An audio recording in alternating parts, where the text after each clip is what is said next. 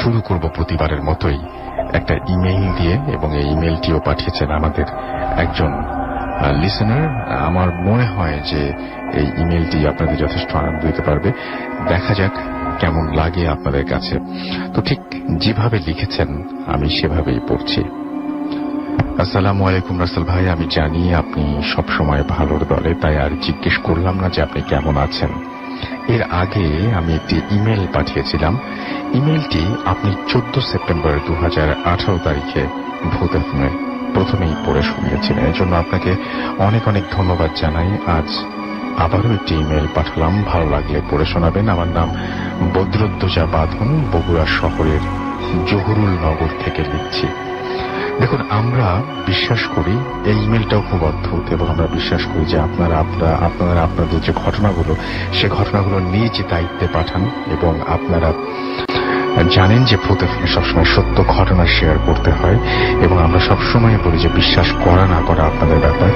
এবং সবসময় একটা জিনিস মাথায় রাখবেন যে ভূত এফএমে যে ঘটনাটি পাঠাবেন সেই ঘটনাটি অবশ্যই যাচাই বাছাই করে নিয়ে নিজ দায়িত্বে পাঠাবেন।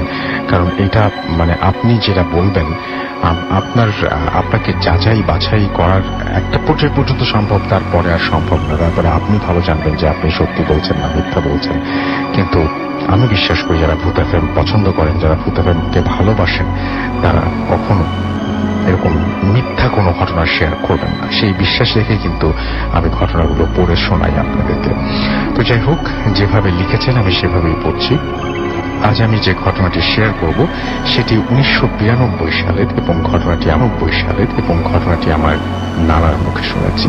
বলে রাখা ভালো, আমার নানা একজন পরহেজগার মানুষ ছিলেন, এবং তিনি মসজিদে ইমামতি করতেন।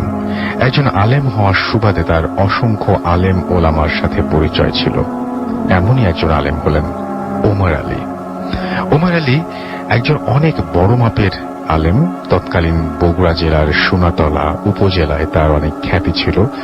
প্রায় পুরো সোনাতলা থানার লোক তাকে ওমর আলী হুজুর নামে চিনত। তিনি জিন আসরকারী ব্যক্তিদের জিন ছাড়ানো, বাড়ি বন্ধ, জিনকে বশ করা সহ এই ধরনের কাজে বেশ পারদর্শী ছিলেন। তাই পুরো সোনাতলা উপজেলা জুড়ে তার অনেক কদর ছিল। আর সাধারণত তিনি তার এই কাজগুলো রাতে করতেন, তাই তার লাইফেও ঘটে যায় অসংখ্য রকমের ভয়ঙ্কর ঘটনা। তার মধ্যে একটি ঘটনা আমার নানা আমাদেরকে প্রায়শই শোনাত। সেই ঘটনাটি আমি আজ শেয়ার করব। 1992 সালে তৎকালীন সোনাতলা থানায় কর্মরত এক পুলিশ কনস্টেবল সোনাতলা থানার পাশে বাসা ভাড়া নিয়ে থাকত। তার 16 বছর একটি মেয়ে ছিল। মেয়েটির উপরে জিন আসর করেছিল। জিন আসর করার পর সময় মেয়েটি ছটফট করত, উচ্চ শব্দে কর্কশ হাসি দিত, বাড়ি থেকে বের হয়ে দৌড় দিত, নিজের চুল নিজেই কেটে ফেলত। এরকম আরো নানা রকম ঘটনা ঘটত তার সাথে। আশেপাশের অনেক হুজুর তাবিজ বাণী পড়া দিয়েও জিন ছাড়াতে পারেননি। একদিন সকালবেলা হঠাৎই তার কথা বলা বন্ধ হয়ে যায়। মেয়েটি শত চেষ্টার পরেও আর কথা বলতে পারছিল না। সেদিন সারাদিন সে ওইভাবে শুয়েছিল। সন্ধ্যার পরপরই মেয়েটি একা একা বাথরুমে যায়। বাথরুম থেকে বের হওয়ার পর সে অতি উচ্চ স্বরে চিৎকার দিয়ে ওঠে এবং ওখানে অজ্ঞান হয়ে পড়ে যায়। জ্ঞান ফেরার পর সে লাফ দিয়ে ওঠে এবং বাড়ির মূল দরজাটি খুলে বাইরে যাওয়ার চেষ্টা করে। তাকে তার বাবা মা সহ আরো 2-3 জন প্রতিবেশী বাধা দেওয়ার চেষ্টা করে, কিন্তু তার শক্তিতে কেউ পেরে উঠছিল না। তারপর হঠাৎ করেই মেয়েটি তার ইচ্ছায় বিছানায় এসে শুয়ে পড়ে। সেদিন রাতে আর কিছু ঘটে না। মেয়েটির এই অবস্থা দেখে প্রতিবেশী মেয়েটির বাবাকে ওমর আলী হুজুরের কাছে নিয়ে এসে জিন ছাড়ানোর কথা বলে। পরদিন সকালবেলায় মেয়েটির বাবা ওমর আলী হুজুরের কাছে যান, এবং উল্লেখ্য যে সোনাতলা উপজেলার সদর থেকে ওমর আলী হুজুরের বাড়ি প্রায় 10 কিলোমিটার পথ। ওমর আলী হুজুরকে এই বিষয়ে জানানোর পর হুজুর জানান তিনি এশার নামাজ পড়ে রওনা হবেন। এই আশ্বাস দিয়ে রাতে এশার নামাজের পরে ওমর আলী হুজুর তার সাইকেল নিয়ে রওনা হন। সময়টা শীতকাল ছিল, তাই এশার আজান একটু আগে ভাগে দিত। কনস্টেবল সাহেব তার বাড়িতে পৌঁছানোর পর ওমর আলী হুজুর মেয়েটিকে নিয়ে বসেন। সেখানে তার মা, বাবা সহ আরো কয়েকজন প্রতিবেশী ছিলেন। এবার ওমর আলী হুজুর মেয়েটিকে কয়েকটা প্রশ্ন করেন। প্রশ্নগুলো এরকম ছিল, তোমার নাম কি, তোমার বাবার নাম কি, তোমার মাতার নাম কি। মেয়েটি বারবার প্রশ্নগুলো জিজ্ঞেস করা সত্ত্বেও কোনো উত্তর দিতে পারে না, কারণ দুদিন যাবৎ মেয়েটির জবান বন্ধ ছিল। মেয়েটি কোনো কথা বলতে পারছিল না। এবার ওমর আলী হুজুর মেয়েটিকে সূরা ইখলাস এবং সূরা ফাতিহা পাঠ করতে বলে এবং বলে, তোমার কণ্ঠে না বের হলে তোমাকে এই সূরাগুলো পাঠ করতে হবে। মেয়েটি কষ্ট করে মুখ নাড়িয়ে নাড়িয়ে সূরাগুলো পাঠ করছিল। মেয়েটির খুব কষ্ট হচ্ছিল এবং সূরা পাঠ করতে করতে সে বারবার থেমে যাচ্ছিল এবং কেঁদে ফেলছিল। এক পর্যায়ে মেয়েটি 2টি সূরা পড়াই সম্পন্ন করে ফেলে। এবার ওমর আলী হুজুর জিন হাজির করার জন্য চেষ্টা করেন। অনেক কিছু করার পরও জিন হাজির করতে পারেন না। এরপর ওমর আলী হুজুর বলেন যে, আপনার মেয়ের উপর একটা খারাপ জিন ভর করেছে। আমার জীবনে জিন হাজির করতে কখনো এতটা কষ্ট করা লাগেনি। আজ অনেক রাত হয়ে গেছে, তাই আজ আর চেষ্টা করব না। আগামীকাল রাতে আবারও আসবো, আর আগামীকাল জিন হাজির করার সময় যা যা লাগবে তার সবকিছু রেডি রাখতে হবে। তারপর মেয়েটির জন্য তিনি পানি পড়া দেন এবং রাতে ঘুমানোর আগে পানি পড়া খেয়ে মেয়েটিকে ঘুমাতে বলেন। তারপর তিনি সাইকেল নিয়ে রওনা হন বাড়ির পথে। দুর্ভাগ্যবশত সেদিন তাড়াহুড়ায় হুজুর তাদের বাড়ি বন্ধ করতে ভুলে যান। বাড়ি ফেরার পথে রাস্তায় তার সামনে পরে বেশ কয়েকটি কুকুর। কুকুরগুলো আকার স্বাভাবিক কুকুরের তুলনায় বেশ বড় ছিল এবং রাতের বেলা যদি কোনো কুকুর কোনো মানুষকে দেখে ঘেউ ঘেউ করে ওঠে, কিন্তু এক্ষেত্রে কুকুরগুলো ব্যতিক্রমধর্মী ছিল। তারা শুধু ওমর আলী হুজুরের দিকে তাকিয়েছিল। ওমর আলী হুজুর তার লক্ষ্য করে কুকুরগুলো দিকে উদ্দেশ্য করে একটি ঢিল নিক্ষেপ করে। ঢিল নিক্ষেপ করার পরেও কুকুরগুলো সেখানে দাঁড়িয়ে থাকে। ইভেন তারা সেখান থেকে এক পাও মুভ করে না বা নড়ে না। তারপর ওমর আলী হুজুর বুঝে যান যে এগুলো অস্বাভাবিক কিছু। তিনি দোয়া দুরূদ পাঠ করেন, ফলে কুকুরগুলো সেখান থেকে চলে যায়। তারপর তিনি ভালোই ভালোই বাড়ি পৌঁছে যান। সেদিন রাতে তার সাথে আর কিছু ঘটেনি। অন্যদিকে পুলিশ কনস্টেবলের মেয়েটিকে ঘুমের আগে পানি পড়া খেতে বলা হয়, কিন্তু মেয়েটি গ্লাস হাতে পাওয়ার পরপরই সেই গ্লাসটি ছুঁড়ে ফেলে দেয়। ফলে গ্লাস থাকা সব পানি তাকে খাওয়ানো সম্ভব হয় না। তারপর মেয়েটি নিজের ইচ্ছায় শুয়ে পড়ে।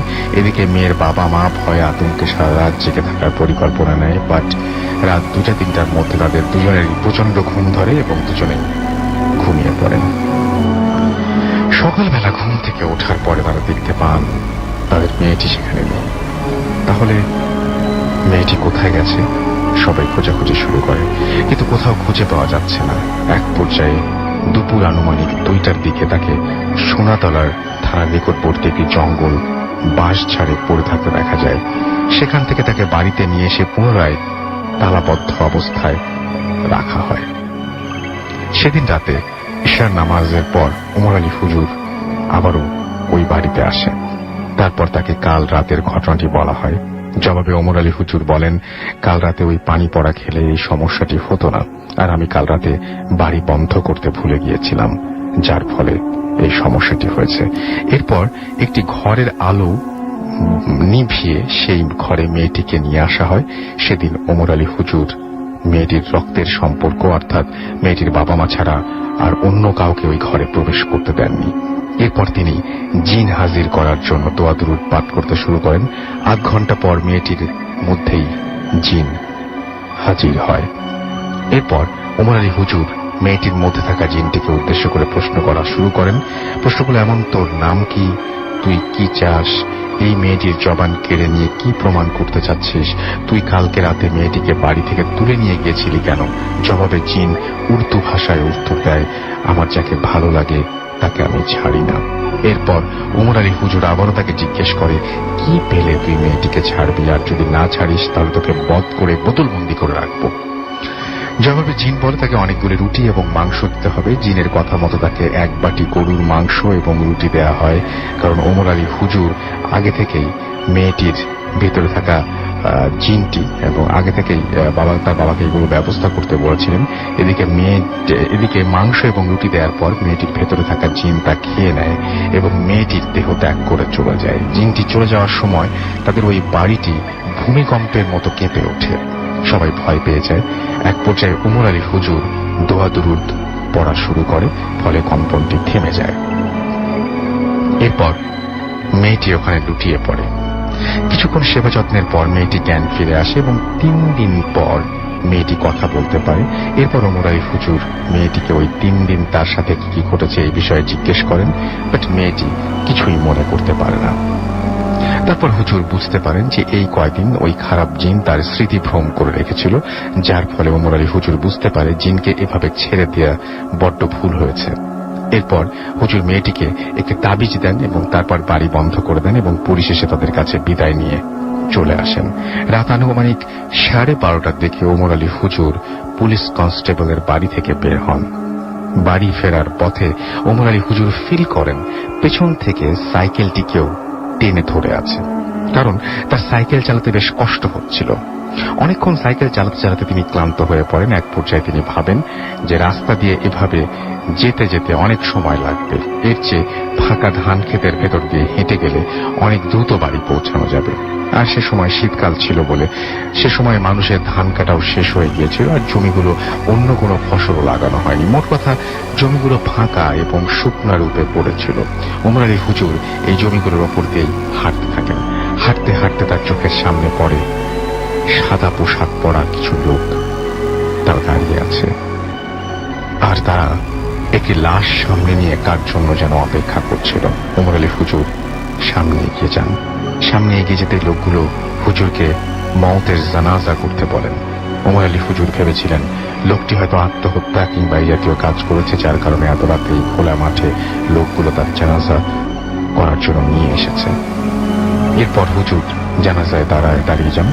জানাজা সম্পন্ন হওয়ার পর হুজুর পেছনে ঘুরে দেখে যে লোকগুলো তাকে জানাজা করতে বলেছিল তারা সবাই উধাও। এরপর হুজুর সামনের দিকে তাকিয়ে খেয়াল করে তার সামনে যে লাশটা ছিল সেটা উধাও। হুজুর একটু অবাক হয়ে যায়।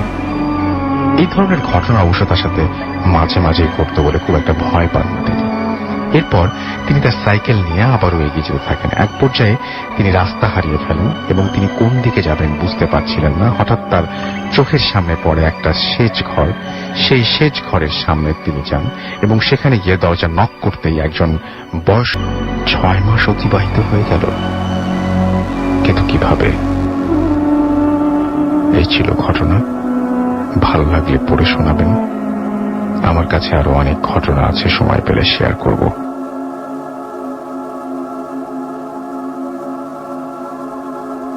একটা ঘটনা, এবং এই ঘটনাটি আমাদের সাথে একজন অডিও ক্লিপের মাধ্যমে শেয়ার করেছেন। সেই ঘটনাটি আমরা চলে যাব এবং ফিরে আসবো তারপর আবারও। সেই পর্যন্ত আমাদের সঙ্গে থাকুন।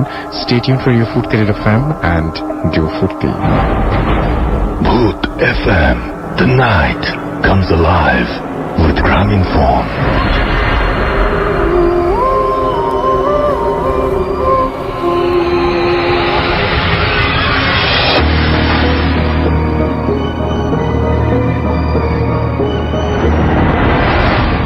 হ্যালো রাসেল ভাই, আমি নন্দিতা, কলকাতা ইন্ডিয়া থেকে। আমি আজ কলকাতার ওয়েস্ট বেঙ্গলের উত্তর 24 পরগনার একটি ঘটনা বলতে চাই। ঘটনাটি বেশি দিন পুরনো না, 2012 কি 2011 ঘটনা। তো ঘটনাটা শুরু হয় ভাবে, এটি আমার মামার বাড়ির ঘটনা।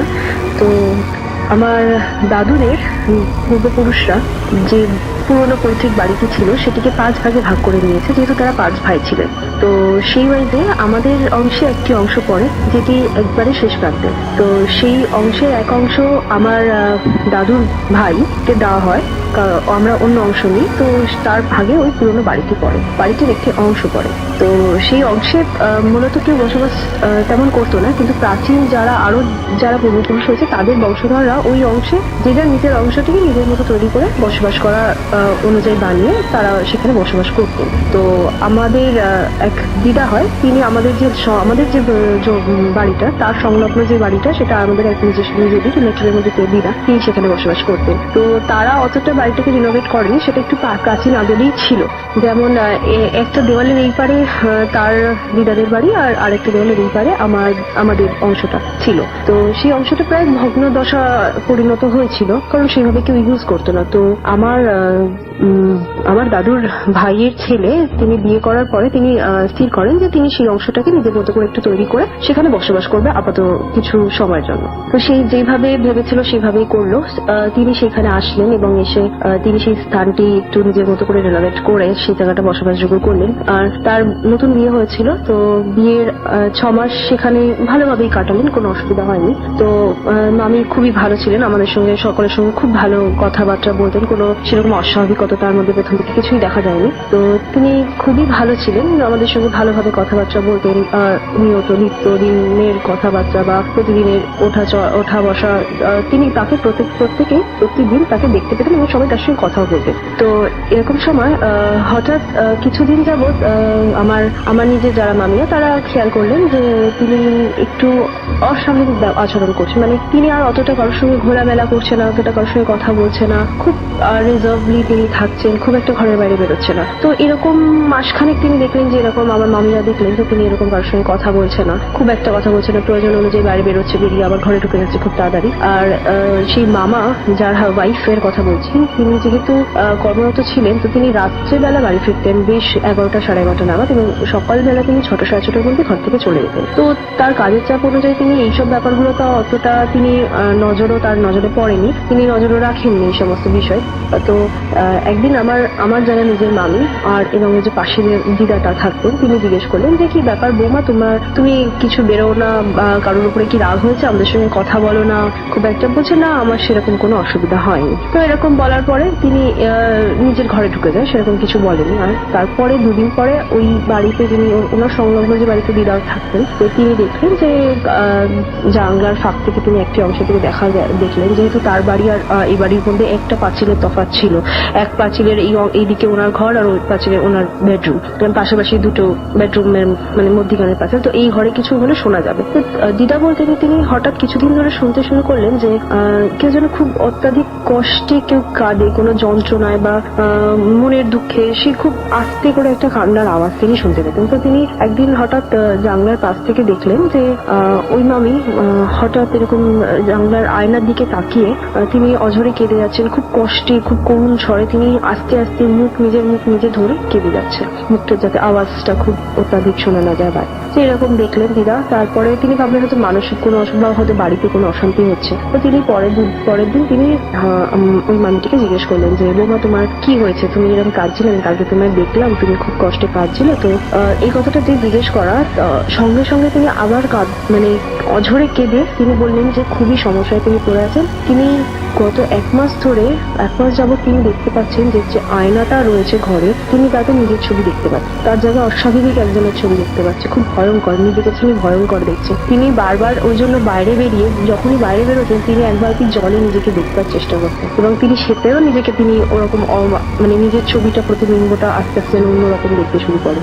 প্রথম নিজে তাও জলে, তিনি বললেন যে প্রথম তাও তিনি জলে নিজের ছবিটা নিজে দেখতে পেতেন, কিন্তু পরবর্তী সময় আরো যত দিন গেল তিনি জলের মধ্যেও নিজের জায়গায় অন্য কারোর মুখ দেখতে পান।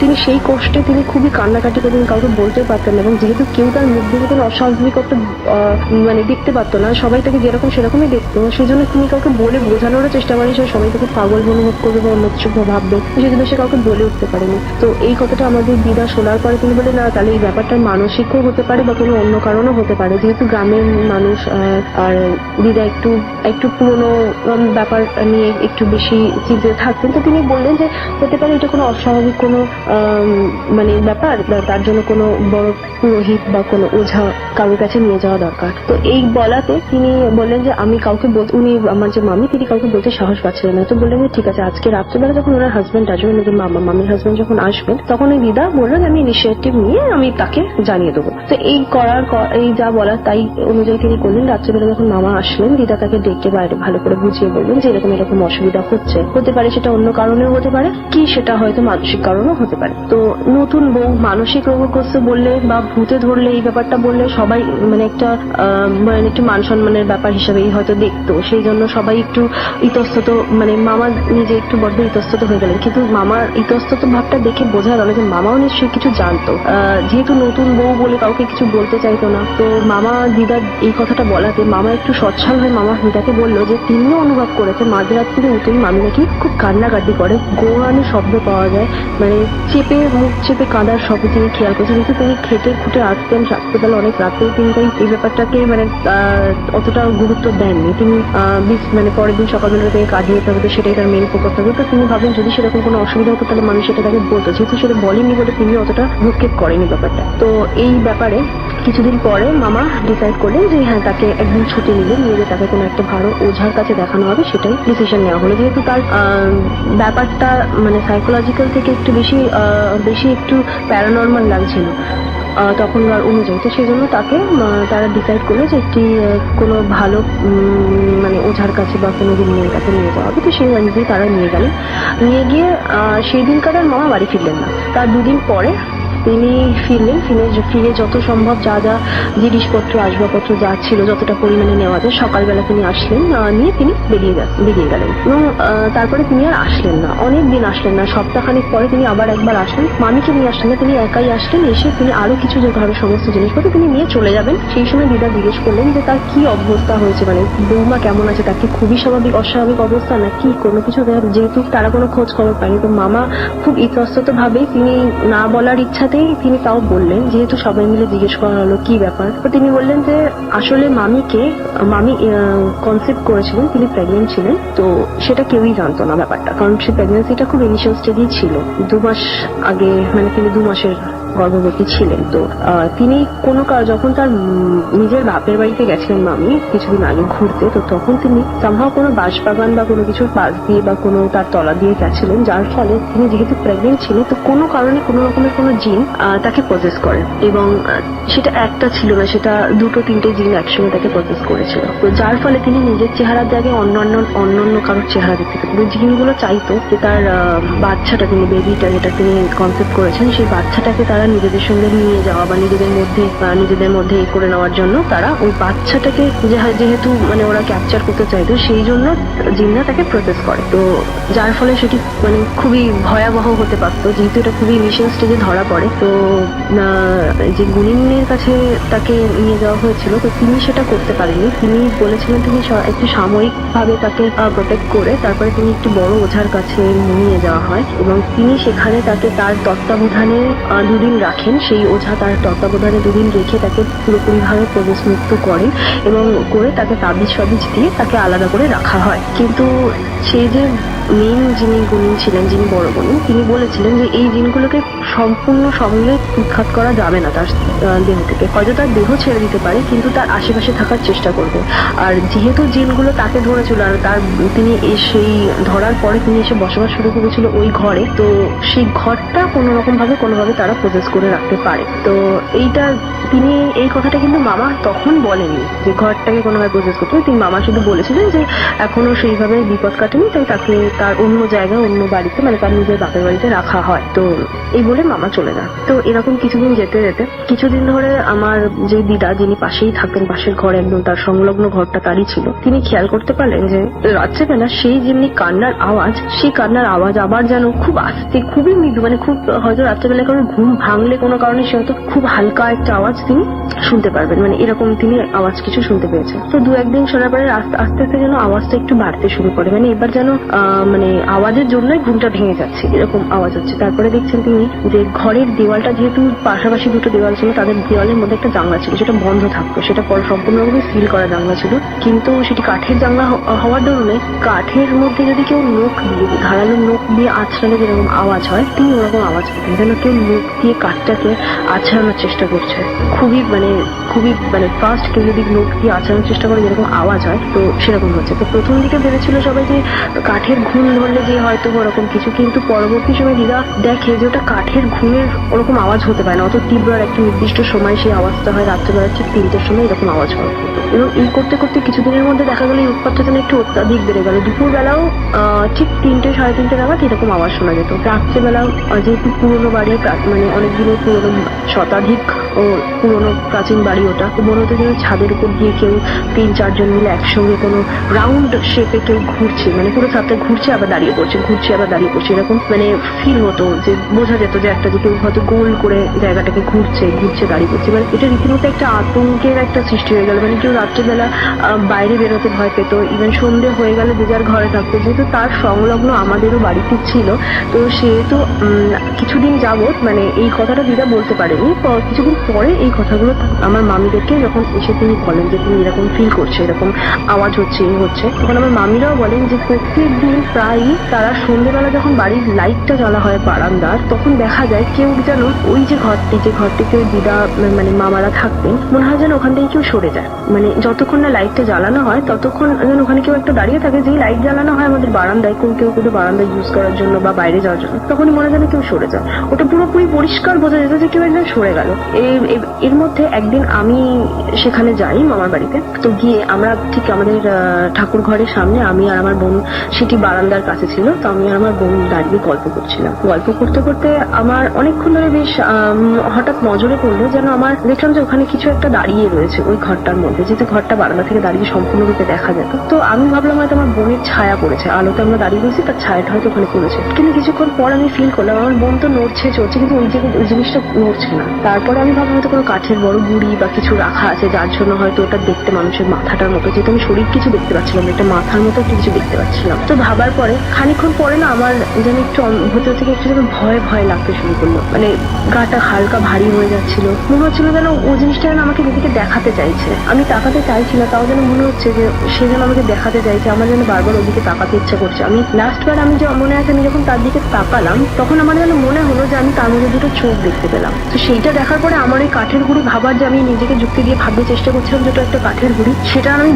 ভাবাটাকে ধরে রাখতে পারলাম না। তখন আমি আমার বোনকে বলা প্রয়োজন মনে করি, কারণ আমি জানি সে বলে সে যথেষ্ট ছোট, সে আরো বেশি আমার থেকে ছোট, সে ভয় পেয়ে যাবে, তো বা চিল্লামিল্লি করবে, সেটাতে হয়তো কোনো কিছু খারাপ হতে পারে। তো আমি তাকে বললাম যে চলো এখান থেকে চলে যাই। তো বলে সে বললো না দিদি ভাই একটু বসো, আমরা একটু গল্প করি, ঘরে গেলে সবার সামনে বড়দের সামনে একটু কথা বলবো। তো আমি বললাম না একটু পরে যাই, একটু পরে আসবো বলে আমি ওর হাতটা ধরে যাতে ওদিকে না তাকিয়ে আমি ডান দিকে নিলাম, নিয়ে আমি সোজা ঢুকে গেলাম ঘরে। ঢুকে গিয়ে তারপর সঙ্গে সঙ্গে আমি আমার সেজমামিকে বলি কথাটা। সেজমামিকে বলার পরে সেজমামি বললো যে হ্যাঁ ওরকম তো কোনো একটা ব্যাপার রয়েছে। তখন আমরা সবাই জানতে পারলাম, আমি তখনও জানতাম না যে এরকম একটা ঘটনা ওখানে ঘটছে। তো সেজমামি বললো হ্যাঁ ওরকম তো আছে। সঙ্গে সঙ্গে আমার 2 ভাই তারা বললো, যেহেতু তারা খুব একটা এই ভূত পেতে বিশ্বাস করতো না, আর আমাদের বাড়িতে একটা অকেশনে আমরা গেছিলাম কালী পুজো উপলক্ষে, তো আমার আরো 2 ভাই বাইরে থেকে কলকাতা থেকে তারা গেছিল, তারাও বললো যে না এরকম তো হয় না, আমরা গিয়ে দেখবো। তো আমি যে ওখানে একটা জিনিস দেখেছি সেটা আমি জানি, তো তাদেরকে তো আমি কাউকে প্রমাণ করতে পারিনি যে আমি দেখেছি, কিন্তু তারা সঙ্গে সঙ্গে কি করলো, দুজনে দুটো টর্চ নিয়ে সঙ্গে সঙ্গে সেখানে গেল। টর্চ মারাতে দেখলো সেখানে কিচ্ছু নেই। আমি তখন নিজেকে ভাবলাম যদি এটা একটা গুড়িয়ে হতো, আমি যদি হ্যালোসিনেট করতাম, তাহলেও তো ওখানে গাছের গুড়িটা অবস্থান করা দরকার ছিল, বা হয়তো কিছু আমার বোনের মাথার ছায়াও পড়লে সেটা যখন আমার বোন নড়ছিল সেটারও তো নড়ে যাওয়া উচিত, সেটা স্টিল ওখানে ছিল। তো আমি নিজে যেন বুঝে গেলাম যে হ্যাঁ সত্যি সেখানে আমি আজকে সেদিনকারে কিছু একটা প্যারানর্মাল দেখেছিলাম। যার পর থেকে আমি একটু অসুস্থ হয়ে পড়ি তার 2 দিন পরে, মানে সেই দিন পর থেকে 2 দিন আমি একটু অসুস্থ থাকি। কিন্তু তারপরে মোটামুটি একটু ঠাকুরের ফুল জল দেওয়াতে আমি ব্যাপারটা রিকভার করে যাই। তো আমি তারপরে 2 দিন পরে আমি সেখানে চলেও আসি। তো পরে শোনা গেছিল যে ওই যে দিদা ছিলেন, যিনি পাশে থাকতেন, তিনি অত্যাধিক এত অত্যাচার তার ঘরের উপরে হতো, ওই রাত্রেবেলা হাঁটা চলা, ইভেন ওই নখ দিয়ে আঁচড়ানো, ইভেন ঘরের মধ্যে কেউ হালকা কান্না। তো সবাই বাড়িতে একটা পুজো করা হলো, সত্যনারায়ণের পুজো করে তারপরে সেটা অতটাও তাও কমানো যায়নি, কিন্তু আস্তে আস্তে সেটি নিজে নিজেই এই ব্যাপারটা সেটা নিজেই দেখলাম আস্তে আস্তে, সেটা কোনো পুজোর দ্বারাও সেটা ঠিক করা যায়নি, বা কোনো রকমের কোনো কিছুর দ্বারাই সেটা ঠিক করা যায়নি, কিন্তু সেটা নিজে থেকে ব্যাপারটা আস্তে আস্তে কমতে শুরু করার পরে সেটা একেবারে এখন 6-7 বছর পরে এখন আর সেরকম কেউ ফিল করতে পারে না। কিন্তু সেই মামি তারপরে তার বাচ্চাটা মিসক্যারেজ হয়ে যায়, তো তার সেই বাচ্চাটা থাকে না। তো সেই পরে মামি কিন্তু আর কোনোদিনও এখনো পর্যন্ত, সেটা তার নিজস্ব বাড়ি হওয়া সত্ত্বেও, কোনোদিনও সেই বাড়িতে এখনো আসে না। আর মামা মাঝে মধ্যে আসে, এসে ঘরটা একটু পরিষ্কার টরিষ্কার করি, তাও খুব দিবালোকে আসে, মানে ভোর সকালবেলা 9:30, 10টা, 11টা অব্দি হার্ডলি থাকে, তারপরে তিনি চলে যায়। তো রাসেল ভাই, এই ছিল আমার ঘটনা, ভালো লাগবে শোনাবেন। আর আই রিয়েলি লাভ ভূত এফএম। আই উইশ কে আমি প্রত্যেক এপিসোডে একটা করে অডিও ক্লিপ পাঠাতে পারবো, বাট সেটা আমি চেষ্টা করব। আর আমি চেষ্টা করবো আরো ভালো ভালো ভূতের গল্প কালেক্ট করা। Thank you very much.